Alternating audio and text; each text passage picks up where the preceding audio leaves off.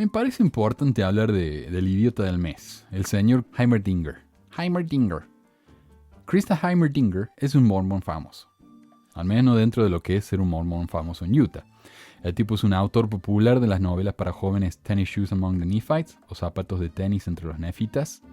Una serie de historias en las que un grupo de amigos viajan en el tiempo para ayudar a los nefitas a cumplir con sus metas y cosas así. En otras palabras, es una de esas fantasías en la que el libro de Mormón es históricamente acertado y real.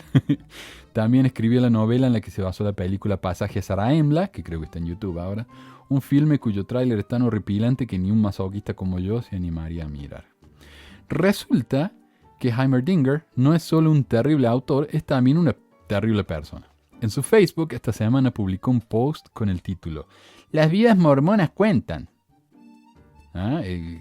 refiriéndose a Black Lives Matter o las vidas negras cuentan, con el supuestamente gracioso subtítulo "Extrañas iniciales, las mismas que el marketing multinivel", refiriéndose que en inglés las vidas mormones cuentan es Mormon Lives Matter, cuyas iniciales MLM son las mismas que las de las estafas piramidales, Multi-Level Marketing.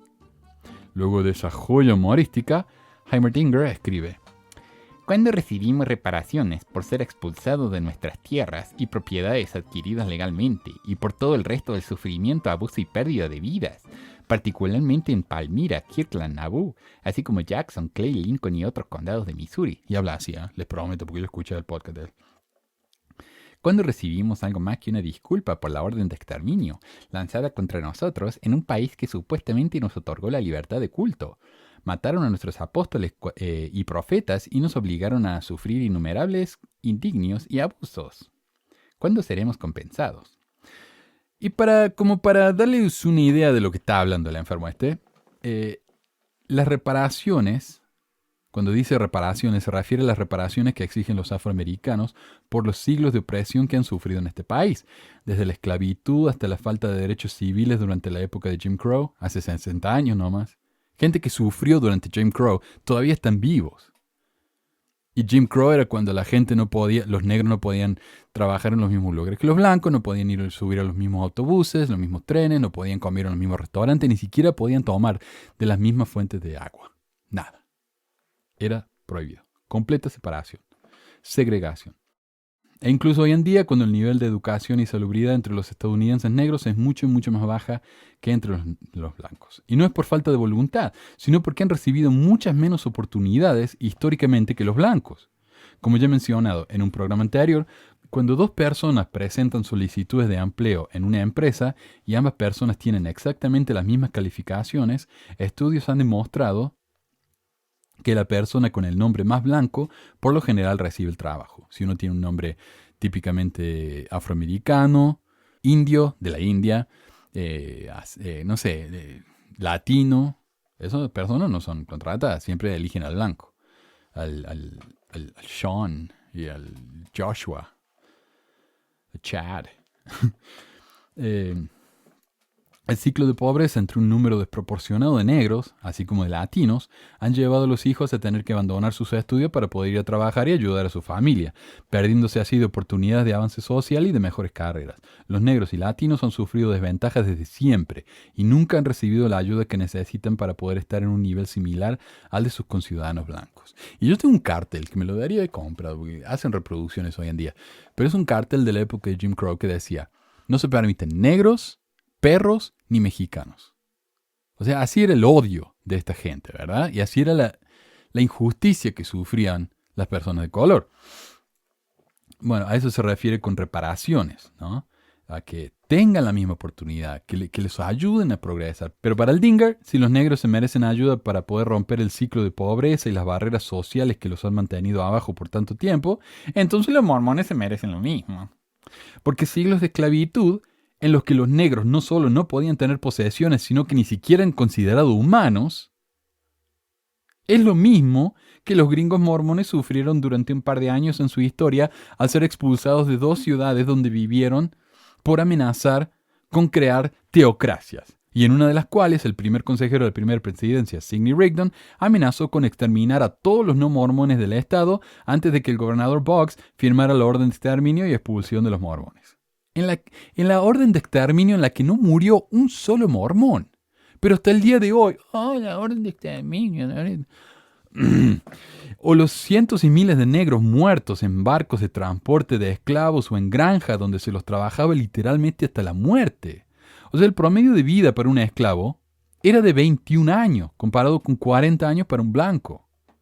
Es lo mismo que el haber sido expulsado, para el Dinger, de 2 ciudades por amenazar con crear una teocracia y las 14 víctimas mormonas de populachos asesinados en Hunts Mill. Esas 14 víctimas de Hunts Mill es horrible. Ahora, estamos hablando de miles de vidas, de gente que fue tratada como subhumanos por cientos de años. Y para el enfermo es lo mismo.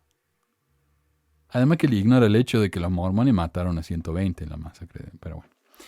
Pero como si eso no fuera suficiente ignorancia, el Dinger sigue. Pero esperen, un par de aclaraciones. De hecho, creo que ya hemos vuelto a comprar gran parte de la tierra de donde fuimos expulsados. Pareciera que valerse de sus propias iniciativas tiene sus beneficios. Además, puede parecer extraño que yo pida reparaciones, ya que, bueno, soy converso. Mis antepasados ni siquiera fueron las víctimas. Y dado que muchos de mis antepasados eran del Medio Oeste, especialmente Missouri e Illinois, ¿cómo sé que algunos de ellos no eran parte del problema? Esta cuestión de la reparación resulta ser algo bastante complejo. De acuerdo, después de una cuidadosa consideración, ¿qué dice si dejamos que lo pasado sea pasado y comencemos de nuevo?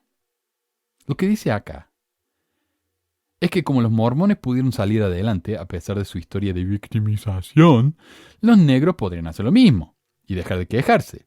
Y si no han salido adelante hasta ahora, es culpa suya. Por supuesto, el Dingy ignora que los mormones, como gringos que son, tienen todas las ventajas de su raza, mientras que los negros sufren todas las desventajas de la suya, incluyendo las desventajas impuestas sobre ellos por los mismos mormones. Por ejemplo, si alguien quiere una universidad como Harvard, todo lo que necesita es el dinero y las notas escolares y listo. Y un aval nunca viene mal. Comparemos a un mormón gringo con un afroamericano y veamos si la situación es tan igualitaria como el Dingy dice. Primero que nada, los mormones ya desde los 1880 han ido a universidades élites, a pesar de sus antepasados polígamos. El mismo Holland se jacta en una entrevista con la BBC de que él fue a una escuela bastante buena. Holland se graduó de Yale en 1973. Yale. Segundo, el mejor aval para que un estudiante vaya a una de esas universidades es un pariente que se haya graduado de ellas. Ya desde hace 150 años los mormones pueden darle esos avales a sus hijos, ya que es cuando empezaron a graduarse de esas escuelas. Por el otro lado, 1880 era solo 14 años después de que la esclavitud se aboliera en todos los Estados Unidos.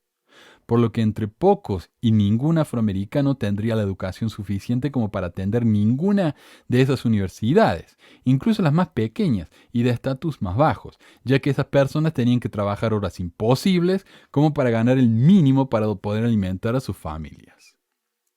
Algunos pudieron lograrlo, pero considerando que los negros no eran permitidos en las escuelas para blancos, la comparación es inexistente. Para 1900, más de 250 años después de ser fundada, solo unos 5 afroamericanos se habían graduado de Harvard. Y en el sur, donde la mayoría de los negros vivían, no fue hasta los 1960 que el gobierno prohibió la segregación en la educación superior.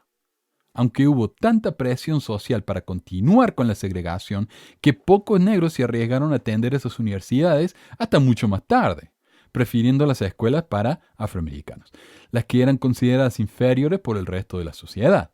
Según un reporte de Center for American Progress, los afroamericanos continúan enfrentando tasas de desempleo sistemáticamente más altas, menos oportunidades laborales, salarios más bajos, menores beneficios y una mayor inestabilidad laboral.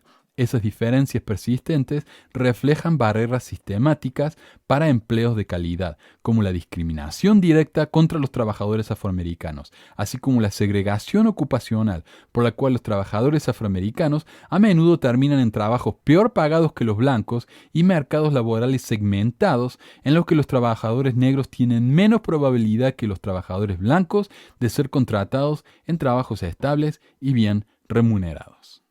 La experiencia del mercado laboral para los afroamericanos ha sido históricamente peor que la de los blancos, y esto continúa hoy. Hay varios factores que han contribuido y continúan contribuyendo a eso. Estos incluyen la opresión violenta repetida hacia los afroamericanos, como los disturbios que destruyen las propiedades de los dueños de negocios negros en Black Wall Street, en Tulsa, Oklahoma, en 1921. Y si ustedes han visto el programa este de Watchmen, el nuevo, es de HBO, no sé, tal vez se los pueden ver en algún medio pirateado, ahí hay una representación de la masacre de Tulsa en 1921 y es espantoso. Una ciudad entera de negros fue masacrada. Hoy en día, hablemos de cómo la policía trata a los negros. Y hablemos de que hay igualdad. ¿Cuántos negros están en la cárcel comparado con la población de los negros en la población en general? Reagan decía que los negros eran los que se aprovechaban de los beneficios sociales. Cuando en realidad, si uno se fija en las estadísticas, son mucho más gringos en porcentaje que los negros. Pero está esa idea metida que tienen en el cerebro que no se lo pueden sacudir, de que los negros son flojos, no quieren trabajar, les gusta que le regalen las cosas, no son tan inteligentes como los blancos. Acá hay gente que piensa que los mexicanos son flojos. Cuando si uno ve un lugar en construcción, los únicos trabajando son los mexicanos, los únicos están sentados mirando el teléfono. Entonces, como digo, o sea, es fácil para él hablar de cosas como esta, ¿no? Los mormones salimos adelante a pesar de la igualdad. ¿Cómo va a comparar? Enfermo. Peores oportunidades laborales representan menos oportunidades de ganar un buen sueldo y poder permitir que los hijos puedan tener el tiempo y el dinero de atender una buena escuela. Esto también representa menores oportunidades a buenos beneficios de salud, ya que la medicina en general en este país es imposible de pagar a menos que uno tenga un buen seguro médico financiado por el empleador, lo cual requiere un buen trabajo, y así continúa el círculo vicioso. Segundo, siendo que tan pocos negros se gradúan de universidades élite, el aval de parientes para que sus jóvenes atiendan esas universidades es minúsculo en comparación con los gringos. Es verdad que el dinghy no representa a todos los mormones, pero el hecho de que un famoso mormón ultra fiel a su fe pueda decir algo como esto en público y sienta que va a recibir el apoyo de sus correligionarios, demuestra que si un mormón es progresivo en sus ideas sociales, en su consideración de que las razas deben ser tratadas iguales, etc., es producto de la persona y no de su educación religiosa.